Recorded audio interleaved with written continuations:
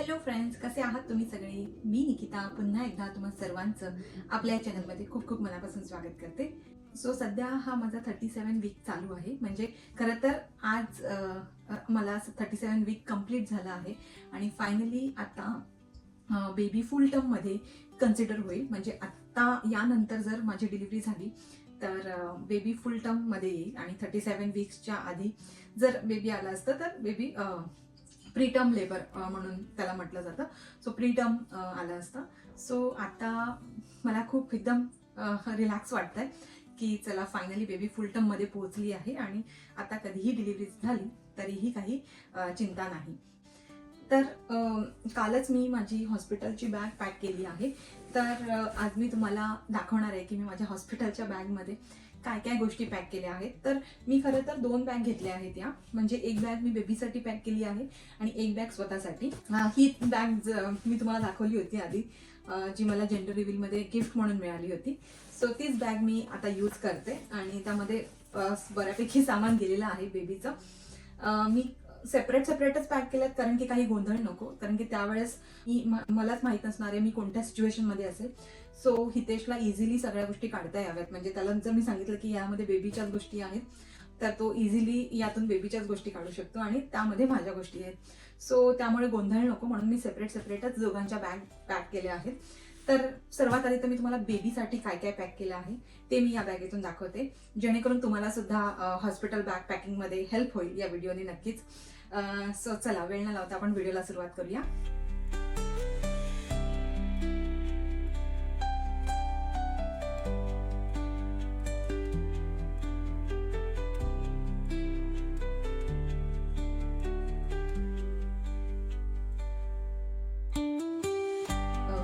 So ही hospital bag pack करण्याआधी मी माझ्या plus बेबीच्या सगळ्या गोष्टी वॉश करून घेतल्या आहेत. जरी कपडे नवीन असले तरी पण सगळ्या गोष्टी आपल्याला वॉश करूनच घ्यायच्या आहेत, बेबीच्या प्लस स्वतःच्या सुद्धा.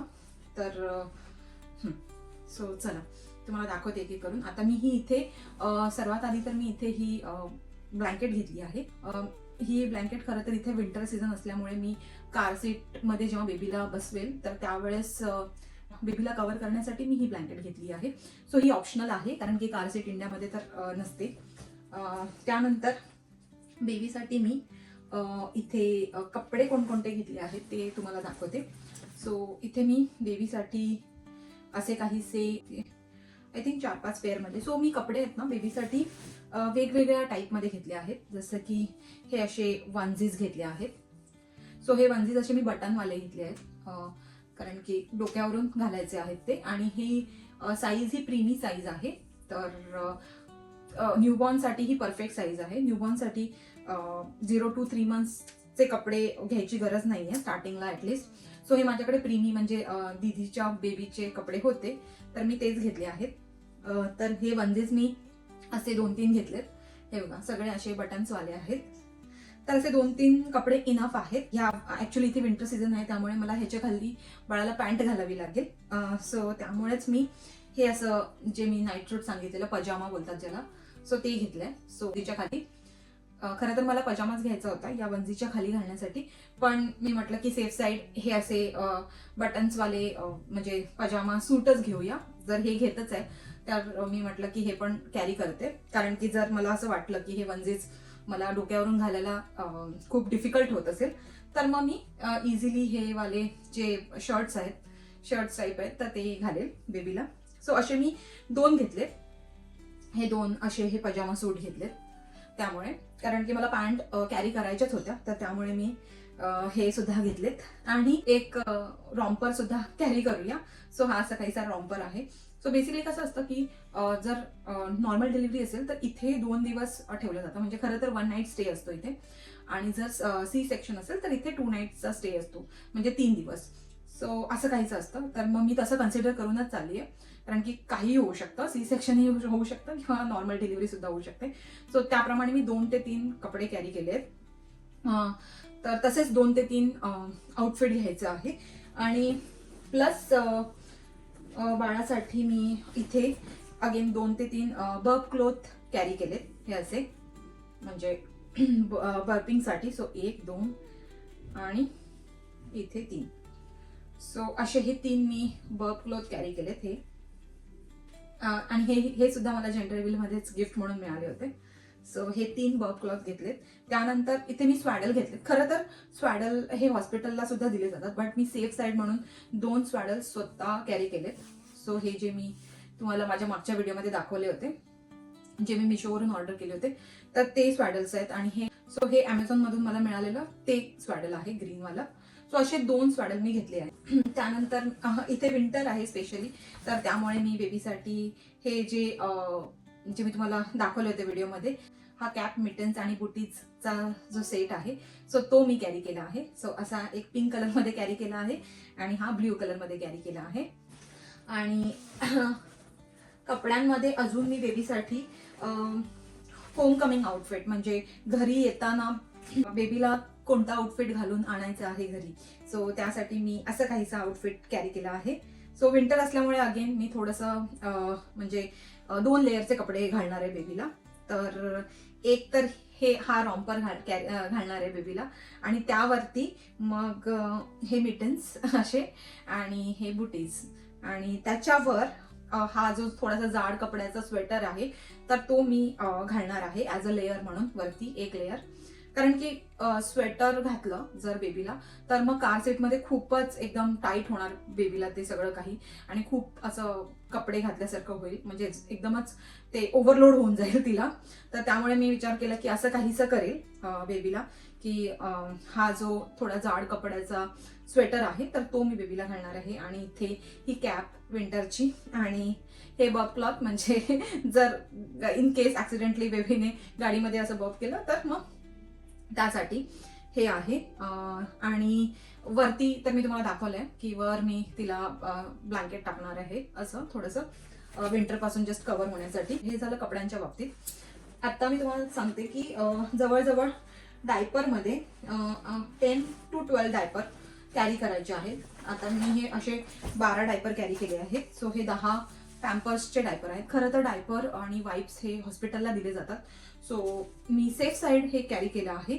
जर इन केस, म्हणजे सगळ्याच गोष्टी आपण म्हणजे हॉस्पिटलवर डिपेंड नाही राहू शकत, सो प्रत्येक हॉस्पिटलची पॉलिसी वेगळी असते. सो इथे तर दिलं जातं तसंही बाळासाठी, बट तरी मी सेफ साईड 10 हे डायपर, आणि ह्याच्यात दुसरे 2 डायपर आहेत. सो असे मी 12 डायपर कॅरी केले आहेत 3 दिवसाप्रमाणे. सो डायपर आलं, तर त्यानंतर डायपर चेंजिंगसाठी म्हणजे हे वाईप्स मी कॅरी केले आहेत इथे. सो टोटल मी सेफ साईड म्हणून प्रत्येक दिवसाचे 20-20 वाईप्स असे कन्सिडर करून मी असे 60 वाईप्स कॅरी केले आहेत. सो हे वाईप्स आहेत, आणि इथे ही डायपर रॅश क्रीम मी कॅरी केली आहे. सो आय थिंक एवढ्याच गोष्टी मी बाळासाठी घेतल्या आहेत सध्या. आणि पॅसिफायर मी कॅरी करणार आहे, बट मी आता ते वॉशला टाकलंय, तर त्यामुळे मी ते दाखवत नाहीये. बट पॅसिफायर जर बाळ खूपच स्टार्टिंगला बाळ खूप रडतात, सो त्यांना शांत करण्यासाठी 1-2 पॅसिफायर आपण ठेवू शकतो स्वतःकडे, आणि थोडंसं असं खेळणी सुद्धा ठेवू शकतो. सो ते मला ऍक्च्युली वॉश करायचे होते, तर त्यामुळे आता ते वॉश करायला ठेवले आहेत. तर त्यानंतर मी त्याची पॅकिंग करणार आहे. खरं तर बऱ्याच गोष्टी घेऊन जायची गरज नसते. याच्यापैकी बऱ्याच गोष्टी अशा, म्हणजे जसं की डायपर, वाईप्स, आणि इवन डायपर रॅश क्रीम आणि स्वॅडल्स, या 2-4 गोष्टी अशा आहेत की हॉस्पिटलवाले सुद्धा देतात, बट सेफ साईड आपण ही कॅरी कराव्यात असं मला वाटतं. तर हे झालं बाळाबद्दल. बाळासाठी मी या एवढ्या गोष्टी पॅक केल्या आहेत. आणि प्लस ऑप्शनल म्हणून टॉईज आणि पॅसिफायर हे मी तुम्हाला सांगेल की ते कॅरी करा, बट ते ऑप्शनल आहे. म्हणजे तुमचं जर डिस्टन्स हॉस्पिटलपासून खूपच दूर आहे, घराचं डिस्टन्स, तर मग कदाचित लागू शकतं. कारण की बाळ मध्येच रडलं तर मग त्याला शांत करण्यासाठी मग पॅसिफायर, टॉईजचा वापर होऊ शकतो. सो असं काहीच आहे. तर आता मी माझ्या बॅगेत काय काय पॅक केलंय हे मी तुम्हाला दाखवते. सो सर्वात आधी कपड्यांमध्ये मी तुम्हाला सांगते मी माझ्यासाठी काय घेतलंय. तर हे 2 फिडिंग नाईटी आहेत, म्हणजे जे मॅटर्निटी गाऊन्स असतात, सो ते आहेत हे. तर हा एक आहे जो की मला म्हणजे दीदीने दिला होता, म्हणजे मम्मीने दीदीसाठी घेतला होता. तर ही झिपरवाली नाईटी आहे, फिडिंग नाईटी अशी काहीशी. इथे झीप आहे, आणि ही मी आता तुम्हाला लास्ट व्हिडिओमध्ये दाखवली होती. तर ही विदाऊट झीप आहे, म्हणजे झीपलेस नाईटी आहे. सो 2 अशा फिडिंग नाईटी मी घेतल्या आहेत, आणि या फुल लेंथ आहेत, म्हणजे एंड पर्यंत आहेत, पायापर्यंत. सो त्यामुळे चांगलं आहे. विंटर सुद्धा आहे इथे, त्यामुळे मी तशाच नाईटी घेतल्या आहेत. सो 2 तुम्हाला मॅटर्निटी गाऊन घ्यायचे आहेत, म्हणजे फिडिंग नाईटी. त्यानंतर होम कमिंग आउटफिट एखादा कॅरी करायचं आहे. सो असं काहीचं मी हे होम कमिंग आउटफिट घेतलं आहे. असं काहीचं एक होम कमिंग आउटफिट घ्यायचं आहे. त्यानंतर एखादा असा काहीचा टॉवेल कॅरी करायचा आहे. खरं तर हॉस्पिटलला सुद्धा दिलं जातं, बट आता मी एक छोटासा टॉवेल कॅरी केला आहे, जर तिकडे फ्रेश वगैरे व्हायचं झालं तर. त्यामुळे मी असा काहीचा एक छोटा टॉवेल कॅरी केला आहे. प्लस कपड्यांमध्ये अशा काहीशा या मॅटर्निटी नर्सिंग ब्रास कॅरी करायच्या आहेत, तर या 2 कॅरी करायचे आहेत. सध्या तर मी एकच टाकली आहे, आणि 2 मी असे सॉक्स कॅरी केले आहेत. आणि त्यासोबत यामध्ये मी चप्पल सुद्धा टाकल्या आहेत हॉस्पिटलमध्ये घालण्यासाठी. हे झालं कपड्यांबद्दल. त्यानंतर हॉस्पिटलमध्ये फ्रेश वगैरे होण्यासाठी मी असंच एक फेस वॉश कॅरी केला आहे, असं काहीसा. आणि एक डिओड्रंट, त्यानंतर एक फेस क्रीम, आणि इथे टूथपेस्ट आणि ब्रश कॅरी केला आहे. त्यानंतर एक सोप कॅरी केला आहे, आणि लिप बाम वगैरे, आणि जस्ट असंच हँड क्रीम म्हणजे मॉइश्चरायझर, आणि एक रबर बँड. सो असं काहीचं मी हे स्वतःसाठी कॅरी केलं आहे. आणि प्लस कोम वगैरे घेऊ शकता तुम्ही. सो कोम मी टाकायचं आय थिंक विसरलीये, सो मी ते नंतर टाकेल. सो असं काहीचं मी स्वतःसाठी गोष्टी कॅरी केल्या आहेत. त्यानंतर पोस्टमार्टम मध्ये जे लागणार आहे डिलिव्हरी झाल्या, सो त्यासाठी मी खरं तर हे हॉस्पिटलला दिलं जातं नर्सिंग म्हणजे मॅटर्निटी पॅड्स हेवी फ्लोसाठी, बट मी safe side 5 maternity pad carry केले आहेत. मॅटर्निटी सॅनिटरी पॅड हे न्यू मॉमचे आहेत. लास्ट व्हिडिओमध्ये मी सगळं काही एक्सप्लेन केलं आहे याबद्दल. म्हणजे मी रिसर्च करूनच हे पॅड वगैरे घेतले आहेत, मॅटर्निटी पॅड. आणि डिस्पोजेबल पॅन्टीज त्याच्यात पॅड सोबत घालण्यासाठी, आणि डिस्पोजेबल ब्रेस्ट पॅड पण मी कॅरी केले आहेत. हे सगळं हॉस्पिटलमधून पण दिलं जातं, बट तरीही मी सेफ साईड कॅरी केलं आहे.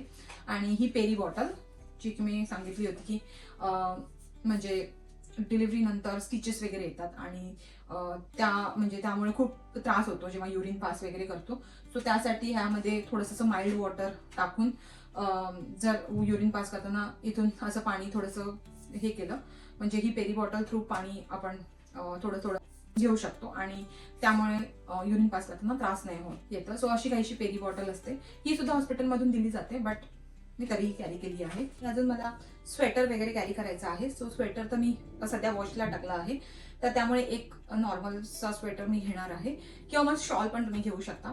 तर कारण की विंटर आहे म्हणूनच मी ते कॅरी करणार आहे. आणि प्लस जर एक्स्ट्राचं कॅरी करायचं झालं तर फिडिंग पिलो, जी की खूप हेवी होते, म्हणजे माझ्याकडे आहे ऑलरेडी, बट ती खूप हेवी होऊन जाईल. तर मला असं वाटतं की एवढी गरज नाही आहे फिडिंग पिलोची, कारण की हॉस्पिटलमध्ये सुद्धा या सगळ्या गोष्टी असतात, किंवा नॉर्मल अशी पिलो घेऊन सुद्धा मी फीड करू शकते, कारण की 1-2 दिवसाचाच प्रश्न आहे. सो मी बऱ्याच गोष्टी कॅरी करणार नाहीये स्वतःसोबत. आणि ह्याच्या व्यतिरिक्त मी इथे हा ब्रेस्ट पंप कॅरी केला आहे. म्हणजे हे सुद्धा हॉस्पिटलला दिलं जातं, म्हणजे टेम्पररी दिलं जातं, बट मला हा कसा यूज करायचा ह्याच्याबद्दल डॉक्टरांकडून म्हणजे प्रॉपर विचारून घ्यायचंय. सो त्यामुळेच मी हे कॅरी करणार आहे एक्स्ट्राचं. नंतर हा इलेक्ट्रिक ब्रेस्ट पंप असं काहीसं मी घेतलंय, सो तो सुद्धा मी कॅरी करणार आहे सोबत. आणि हे झालं वस्तूंबद्दल. आता डॉक्युमेंट्समध्ये तुम्हाला तुमची फाईल कॅरी करायची आहे, ID कॅरी करायचे आहेत, इन्शुरन्स असेल तर इन्शुरन्स कार्ड घ्यायचे आहेत. सो अशा काहीशा गोष्टी डॉक्युमेंट्समध्ये पॅक करायच्या आहेत. आणि प्लस त्यानंतर इवन मी हितेशची सुद्धा वेगळी बॅग पॅक करणार आहे, म्हणजे हितेश त्याची बॅग पॅक करणार आहे वेगळी, कारण की हस्बंडला तिथे स्टे करावं लागतं 1-2 दिवस आपल्यासोबत. सो त्यामुळे त्याचं सुद्धा सामान त्याच्यासोबत असायला हवं. सो थर्ड बॅग ती येईल. सो अशा काहीशा 3 सेपरेट बॅग आम्ही घेणार आहोत. ही बेबीसाठी इथेही माझ्यासाठी मी पॅक केली आहे, आणि हितेश सुद्धा त्याची एक छोटीशी बॅग कॅरी करणार आहे. Phone charger, so phone charger सुद्धा तुम्हाला कॅरी करायचं आहे तुमच्यासोबत. आणि जर गरज असली तर बर्थ प्लॅन सुद्धा, कारण की म्हणजे इथे कसं US मध्ये असं केलं जातं की बेसिकली बर्थ प्लॅनचा एखादा फॉर्म असतो, आणि तो सुद्धा आपण हॉस्पिटलमध्ये जेव्हा आपण जाणार तर त्यावेळेस सबमिट करू शकतो, जेणेकरून जर आपली तशी सिच्युएशन नसेल डॉक्टरांशी बोलण्याची, कारण की त्यावेळेस आपण त्या सिच्युएशनमध्ये नसतो की डॉक्टरांशी सगळं डिस्कस करू, म्हणजे त्यावेळेस सांगू डॉक्टरांना. त्यापेक्षा एक बर्थ प्लॅनचा फॉर्म असतो, म्हणजे इथे तरी असतो, आता मला इंडियाची आयडिया नाही आहे, बट इथे असतो तसा काहीचा फॉर्म, ज्यामध्ये मी ऑलरेडी सगळं काही सांगू शकते डॉक्टरांना, म्हणजे तो फॉर्म सबमिट करून की मला एपिड्युरल हवं आहे की नाही, असं सगळं काही त्यामध्ये ऑप्शन असतं की एपिड्युरल हवं आहे किंवा प्लासेंटाचं काय करायचं आहे, त्यानंतर जी अंबलिकल कॉर्ड आहे, सो डिले कॉर्ड क्लॅम्पिंग करायची आहे का, की म्हणजे त्यावेळेस आम्ही कट करू शकतो, कोण कट करणार आहे, तर त्याचं नाव, सगळं काही. म्हणजे इकडे अंबलिकल कॉर्ड मोस्टली म्हणजे पॅरेंट्सना कट करायला देतात, सो असं काहीचं असतं. सो ह्या बर्थ प्लॅनमध्ये तशा गोष्टी ते लोक मेन्शन करतात. त्यानंतर इवन तुम्हाला तुमची डिलिव्हरी कशी करायची आहे, म्हणजे बाथटबमध्ये करायची आहे, तर असे काहीशी सुद्धा ऑप्शन्स असतात. आणि तुम्हाला कोणाची हेल्प हवी आहे का, त्यावेळेस डुला बोलतात तिकडे, सो ती हवी आहे का, सो असं काहीसे बरेच ऑप्शन्स त्यामध्ये दिलेले असतात. तर ते मी आधीच सगळं काही करून म्हणजे सिलेक्ट करून डॉक्टरांना देऊ शकते. इवन त्यामध्ये हे सुद्धा ऑप्शन असतं की म्युझिक हवं आहे तुम्हाला, कशी म्युझिक हवी आहे, किंवा डिफ्युजर हवा आहे का रूममध्ये, म्हणजे स्मेलसाठी, की तुम्हाला कोणता अरोमा आवडतो, सो ते सुद्धा ऑप्शन्स असतात त्या बर्थ प्लॅनमध्ये. सो असं काहीच असतं. सो तो फॉर्म सुद्धा मी घेणार आहे माझ्यासोबत, आणि डॉक्टरांना ज्यावेळेस मी हॉस्पिटलला जाणार, ऍडमिट होणार, त्यावेळेस सबमिट करणार, कारण की डॉक्टरांनी मला क्वेश्चन विचारायला नको अशा सिच्युएशनमध्ये, मी आन्सर करू शकत नाही, आणि हितेश पण माहीत नाही कोणत्या सिच्युएशनमध्ये असेल त्यावेळेस. सो त्यामुळे मी विचार करते की असं काहीचा बर्थ प्लॅन त्यांना सबमिट करून टाकेल. तर येस, तर ती गोष्ट मी माझ्यासोबत कॅरी करणार आहे. येस, आणि प्लस हॉस्पिटलच्या बऱ्याच अशा गोष्टी असतात जे की हॉस्पिटल आपल्याला फ्रीमध्ये प्रोव्हाइड करतात. तर कारण की आमचं कसं इथे इन्शुरन्स असतं, त्यामुळे इन्शुरन्समध्ये बऱ्याच अशा गोष्टी फ्रीमध्ये हॉस्पिटलमध्ये अवेलेबल असतात. सो त्या घरी घेऊन येण्यासाठी सुद्धा मी 2 एक्स्ट्राच्या बॅग, कॅरी बॅग ज्या असतात एक्स्ट्राच्या, तर त्या मी घेतल्या आहेत या बॅगेत भरून, जेणेकरून जर तिकडे हॉस्पिटलने मला पॅड्स किंवा बाळासाठी डायपर एक्स्ट्राचे किंवा स्वॅडल्स वगैरे काहीही दिलं, तर मी ते त्या गोष्टी हॉस्पिटलमधून एक्स्ट्राच्या पॅक करून घेऊन येऊ शकते सेपरेटली. सो त्यासाठी मी तशा त्या कॅरी बॅग टाकल्या आहेत 2. सो असं काहीचं सामान मी पॅक केलं आहे हॉस्पिटलला जाण्यासाठी. आणि प्लस कार सीट सुद्धा लावलेली आहे आता कारमध्ये बाळासाठी. तर आता या बॅग सुद्धा मी मोस्टली गाडीतच ठेवून देणार आहे, कारण की कधीही इमर्जन्सी निघावं लागू शकतं घरातून, तर त्यामुळे असं सगळं घेऊन निघू शकत नाही त्यावेळेस अर्जन्सीमध्ये जर निघायचं झालं तर. सो त्यामुळे मी मोस्टली या सगळ्या गोष्टी गाडीतच सध्या ठेवणार आहे, कारण की आता कधीही हॉस्पिटलला जायची वेळ येऊ शकते. सो असं काहीशी हॉस्पिटलची बॅकपॅकिंग मी केलेली आहे. आय होप तुम्हाला या माझ्या व्हिडिओवरून बरीच अशी आयडिया येईल की हॉस्पिटलसाठी कोणकोणत्या गोष्टी पॅक केल्या पाहिजेत आणि नेल्या पाहिजेत. सो या व्यतिरिक्त मला नाही वाटत की काही इम्पॉर्टंट अजून गोष्टी आहेत ज्या हॉस्पिटलमध्ये नेल्या पाहिजेत. सो जेवढं कमी सामान नेईल तेवढं बेटर आहे. सो आय थिंक मी सगळ्या इम्पॉर्टंट गोष्टी ऑलरेडी पॅक केल्या आहेत. सो येस, जर तुम्हाला हा आजचा माझा व्हिडिओ आवडला असेल तर व्हिडिओला लाईक, शेअर आणि चॅनलला सबस्क्राईब करायला विसरू नका. भेटूया आपण लवकरच नवीन अशा व्हिडिओमध्ये. तोपर्यंत बाय, टेक केअर.